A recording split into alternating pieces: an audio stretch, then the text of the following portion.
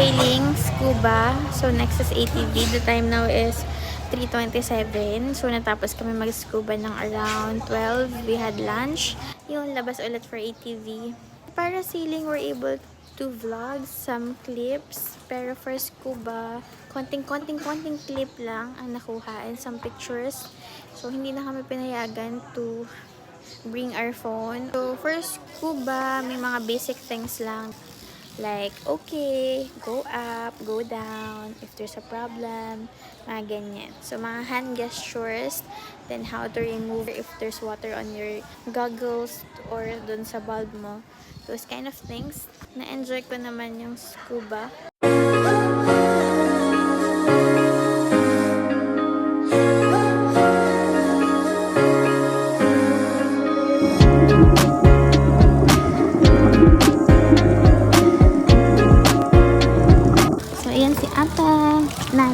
Ate Lani, Dr. Ate Lani of Bamboo.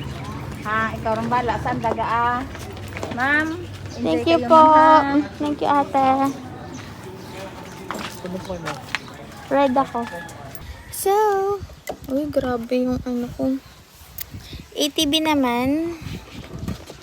Mahirap lang mag-vlog. Hindi tayo ready for our vlogging charba ek-ek. But, let's check it out.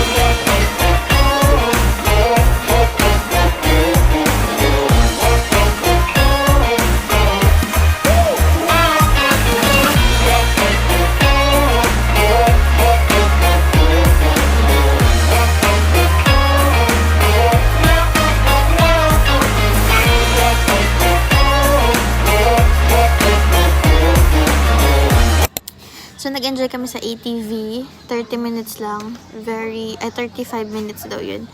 Very, thrilling. Hindi pa ganun ka thrill yung truck. Pero, nag-enjoy ako. So, I have some clips here. Waiting lang kami sa aming shuttle. Then, pupunta na tayo na hotel. And we're gonna enjoy the beach after. So, this is the third day. I'm very tired today. Woohoo! Let's go, people!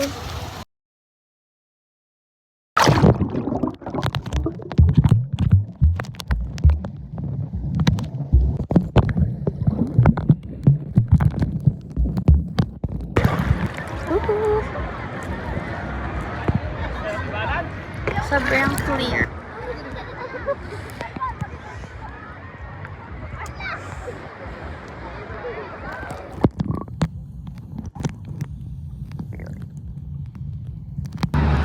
We're gonna do fun test. So, we're gonna go.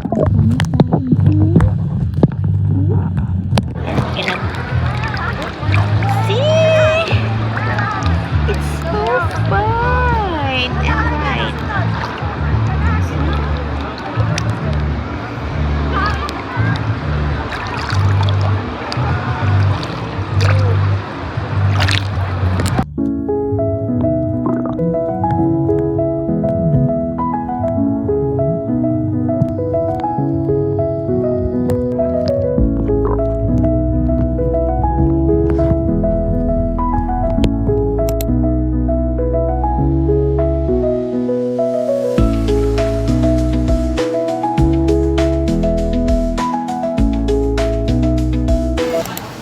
Now is 8:30.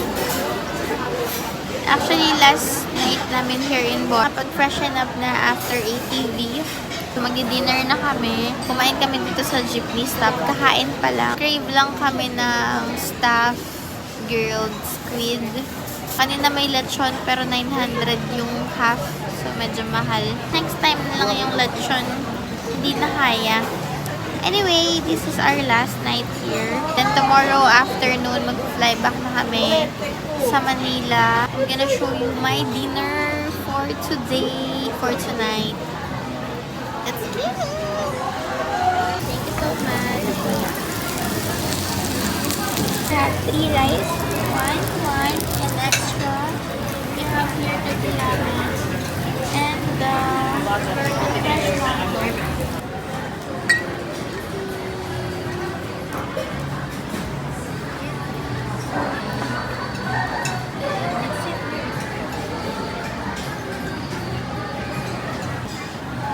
Laksa. Of course, our squid, dikin, we have clam, mussel, tofu, there's some noodles, squid, shrimp, and mostly seafood to.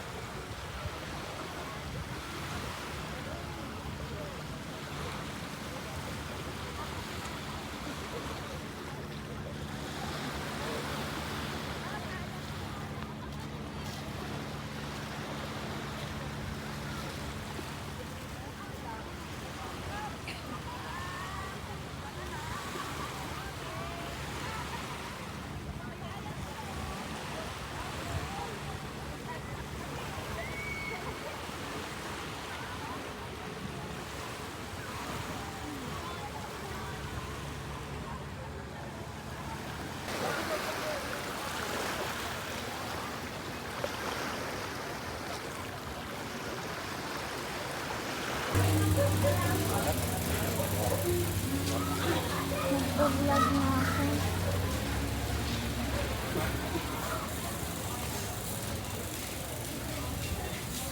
Sana bukas na yung iba.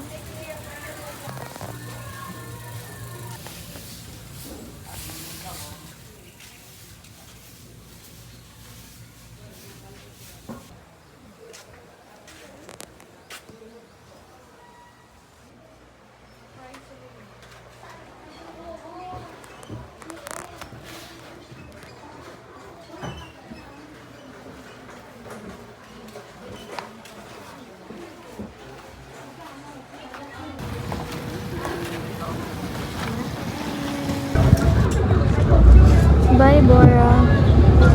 See you. See you when I see you. Yan lang tubig, oh. So, ito yung pinaka-port nila. There's a terminal fee of 100 pesos each.